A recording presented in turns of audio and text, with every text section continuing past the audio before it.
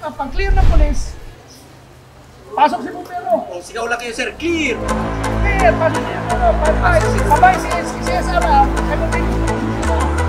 Patay ng amoy. Pasok si Bumbero. That is the Marami sequence. Kilalang Expedition and Wilderness Emergency Medical Services physician of the Philippine Mount Everest Expedition Team and the Voyage of the Bulangay si Dr. Ted Esguerra. Siya mismo ang nagturo sa medical responders sa hanay ng Bureau of Fire Protection, Philippine National Police, Philippine Coast Guard at Municipal Disaster Risk Reduction Management Office sa 2 araw na Tactical Emergency Casualty Care Training. So, Tactical Emergency Casualty Care kasi intended siya for civilian, so unarmed. Pag armed ka, ang tawag doon Tactical Combat Casualty Care. Ito na yung nagiging matunog ngayon kasi sa mga nangyayari, katulad dito, noong 2013 Zamboanga Siege, yung Marawi natin incident, kung saan yung mga civilian natatamaan. Sa simulation exercises na ipakita ang tama at estratehikong pagresponde sa sitwasyon ng barilan at pambobomba.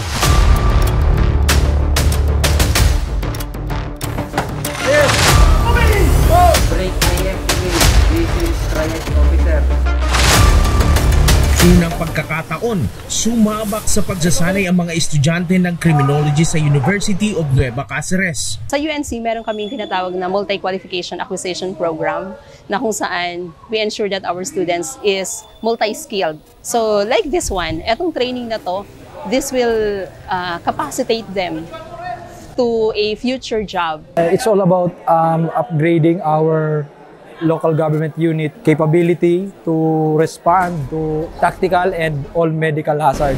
Dagdag kaalaman sa makabagong pamamaraan at teknolohiya, layunin ng aktibidad na mapahusay ang kapasidad ng bawat hanay. Advanced na pong technology na mga gamit namin ngayon po. Hindi na tulad ng dati. Mas advanced po siya ngayon. Nakaka-excite nga po, pasalamat ni kasi ang naging instructor po, po si Doc Ed.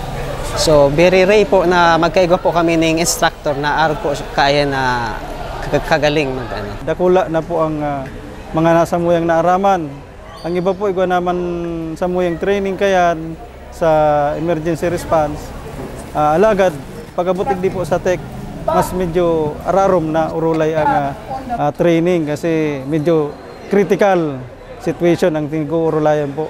Inaasahan naman ng organizer na mapagtibay at mapalawak ang tama at estratehikong pagresponde hanggang sa mga barangay sa buong probinsya. Hopefully, ma-inject natin ang ganitong skills at napakita natin yung mga makabago na ngayon na equipment na kung saan mas makakatulong tayo sa pagresponde sa anong man na sakuna, mag-man-made man o natural.